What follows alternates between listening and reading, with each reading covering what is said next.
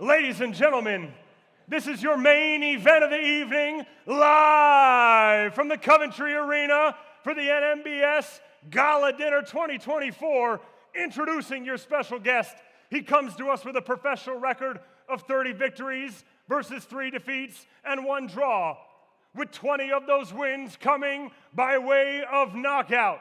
From Liverpool, England, introducing the former WBC Silver, WBO International, British, Commonwealth, European, and WBC Champion of the World. He played Pretty Ricky Conlon in Creed, and he was the runner-up for I'm a Celebrity. Ladies and gentlemen, please welcome to the stage, Tony Bellew. Tony Bellew. My friend, welcome. Thank you very much for having me. I can't believe this many people have turned up to watch me talk nonsense. Thank you. Well, Tony, I got to ask, because obviously I introduce people for a living, so that was an honor for me. Thank you. But how do I introduce you? Do I do boxer? Do I go actor, philanthropist, small business owner, father, maybe, hopefully, pro golfer at some point? Who is Tony Bellew? Big dope. That's what my wife calls me. I mean, I just mentioned some of the things that you've been able to do in your career, but I want to take it back kind of where it started. This interview could take a few hours if we wanted it to. Yes. But I believe it was 13 or 14 years old. You said that you walked into a boxing gym. Is that correct? Do you have any specific memories of that, what it felt like to you? And I didn't really start taking it serious until I was expelled from school. And then I soon realized I better do this because it's the only thing I'm good at. But it seemed to work out in the end all right, to be fair. So I'm not complaining. You talked to, I obviously know about your love of Everton. You're able to have that momentous night at Goodison Park, which we'll get to that in a little bit. But growing up, it sounds like sports, regardless of the sport, were always kind of a big part of your life. Sport's been a massive part of my life, and as I said earlier, I definitely think I was chosen to fight. I put on this planet to fight. 34 professional bouts, 30 wins, British, Commonwealth, European, world champion, massive nights, sellouts, pay-per-views, that magical night at Goodison Park, beating the lights of David Hay. Do you have a favorite moment? Is that even possible? It is, and without a shadow of a doubt, it's Goodison Park. I've been going to Goodison Park since I was 9, 10 years of age, and I always dreamed of playing for Everton Football Club. The fact is, I was too fat and not bleeding good enough. So the closest I was ever going to get to Goodison Park was basically stick a ring in the middle of it and have a fight for a world title. And yeah, my dreams came true that night. I've heard you say in interviews before that you've rarely felt nervous fighting. You never necessarily felt nervous, but that night, I ask this question because people deal with nerves very differently. Right? I'm sure people in this room, you all deal with nerves very differently. That night, I mean, were you nervous, and how did you deal with those nerves? The way I've dealt with my career is, what is the point in being nervous and anxious and worried and wasting all this energy for something? Once you're there, it's going to happen. I've prepared to the best of my ability. What will be, will be. I believe I've not cut any corners. I've gave it everything I've got. And like I've said before, what will be the best version of me will be enough. I think adversity is an important word to talk about because people face adversity in different ways. You go from that peak of walking out, right? The excitement, everything is there. You're finally accepting the fact that this fight is happening in your home, and you get knocked down. Yeah. In that moment, what are you what emotions are going through your head? People think like he knocked me over and it was a balance issue. There was nothing balanced about it. He literally took me off my feet and made my legs collapse underneath me. I thought I'd knocked McCobb out in the second round. I don't remember anything from the second round. I don't remember anything I was on literally autopilot.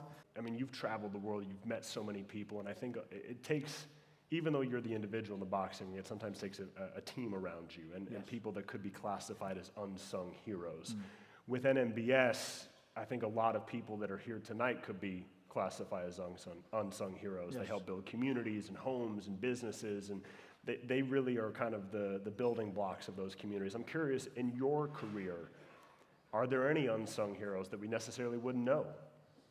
My family, my wife and my kids. Everyone plays the part.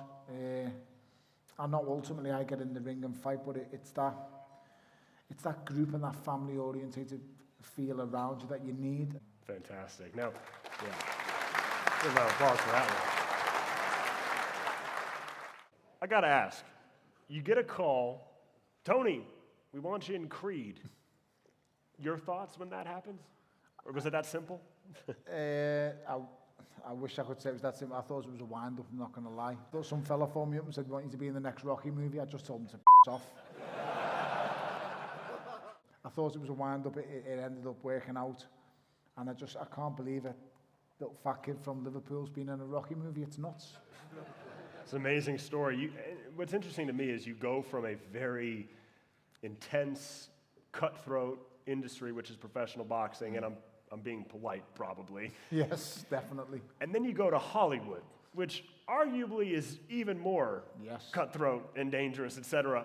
In that moment, I mean, were you kind of intimidated, I guess, for lack of a better word? Do you know what? I mean, the best way to explain it, he wasn't asking me to play Dr. Zhivago. They were asking me to play a world champion boxer, so...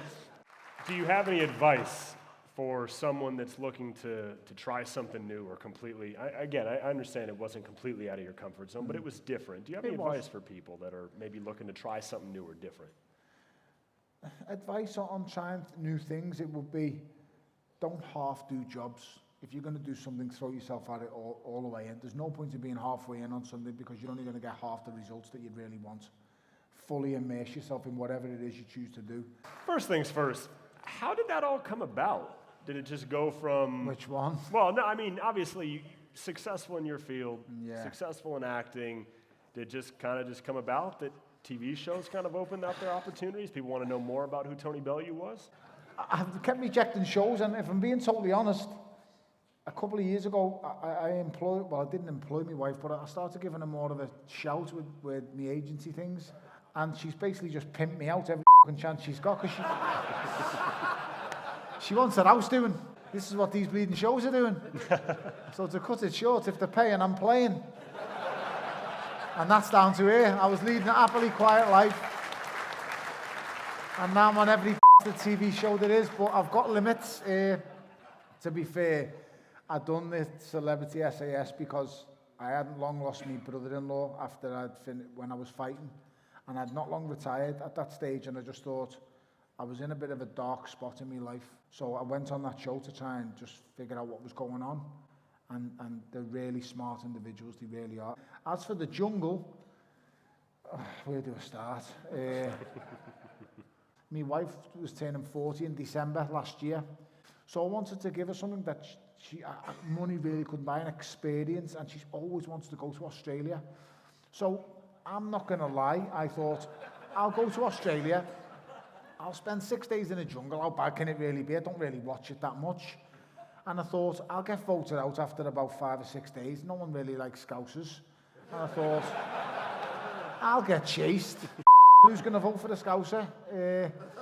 And I'll have a lovely luxury holiday, all expenses paid, with all my family. My wife's got the time of her lifetime. She gets to experience Australia. Lo and be fucking old. I'm only in there 3 weeks later. I've lasted every day possible. She's had a luxury holiday of her lifetime for 2 weeks. And I've come out, lost 10 kilos in weight. And I've been tortured for 3 weeks and starved. I lost 10 kilos in weight in there. Don't worry, I've found 9.5 of them now. I lost them for a little bit, but I found them again. And I met some psychopath called Sam. So yes, it was just nuts. Like, I couldn't explain to you. It was an amazing experience. And I'm sure a lot of you people in this room voted for me. I can't thank you enough. Thank you very much. I mean, I don't know why you'd vote for a big dopey Scouser like me, but you did. Thank you. I tried. One reason why I liked watching you in that show is you got to work with people from various backgrounds. Like when you were in boxing, you worked with people that were in boxing. When you worked in Hollywood, you worked with people that were in Hollywood. But now on those reality shows, you're working with people from different backgrounds. And I asked this question because with NMBS here tonight, we have a lot of people from different backgrounds, but they share a mutual set of values of strengthening communities and uplifting each other and spreading the love around and sharing business, etc. Do you have any advice for people when they're in an environment working with people that they may not be used to or just new environments in general? My philosophy has always been I'm no better and I'm no worse than any other person in this room. What I've done doesn't define who I am. What I've achieved doesn't make me any different than anybody else. We're all human beings at the end of the day. Black, white, yellow, pink, purple, green. I don't care what you are, you're the same. We're all the same inside. So treat everyone the way you expect to be treated yourself. I just live by them morals and them codes, really. And if you can do that, you'll go far. Absolutely. I do want to talk to you about Tony Bellew as it stands today, right? You've been doing a lot of work in your community, reinvesting in businesses and things like that, and helping the people that are from where you're from and maybe supported you in your career. Yeah. What are you working on? Any projects we should know about? We worked really hard at Weapons Down, Gloves Up, which we got just under 200 children, well, just over, 200 children off the streets. They were called NEETs. It's neither in education or employment or training. And we got these people off the streets into full-time employment. I've done okay now. I'm in a financially better place. I'm speaking to you as someone who's been skint, who's been fighting for every penny he's got. And I've realised when I've got to a position of financial security that money isn't everything. I'd take happiness over money every single day of the week. I really would. And as I say, that is the most important thing to me. Are you happy? Are you happy? Can you look yourself in the mirror? Are you an honest person? And are you out there helping others? Because by helping others, believe you me, in the long run, it will help you. Mm-hmm. So that's what I code, a few more codes I live by, to be honest, Code. Absolutely. Thank you. I want to close. We've talked about Tony the kid, Tony the boxer, Tony the actor, the celebrity, the philanthropist. I want to close with Tony the father. 4 sons. I want to make sure I get the 4 C's right. Corey, Kobe, Carter, and Carson. Quebec, thank you. Now, I'm sure we have some parents that are here tonight. Any similarities between your experiences in life, whether in the boxing ring or in front of the camera, to being a parent, anything that you were able to transition with, and any advice for maybe the parents or maybe soon-to-be parents here tonight? Wow. That's... I don't know if I've got the answer to that. If there was a book on parenting, I'm sure it'd be the biggest best-selling book in the world. Every kid I've got's different. I love them with all my heart. Spend as much time with your kids as you possibly can, and you'll never regret it. I mean, I'm busy, and I'm busier now than I was when I was fighting, but I'm able to spend more quality time with them now, if that makes sense. Yeah. When I was fighting, my sole goal was just winning and fighting, and my life was dedicated to boxing. Spend as much time with your kids as you can. You really do, because it'll soon pass. I mean, my father's in the first stages of dementia, and he's just been diagnosed with epilepsy. I'm trying to spend as much time with him as I can. And I just hope my kids will look at me the way I used to look at my dad. And then hopefully, you know, we pass it on to our family. But spend as much time with your kids as you can, man. Don't ever, you'll never regret it.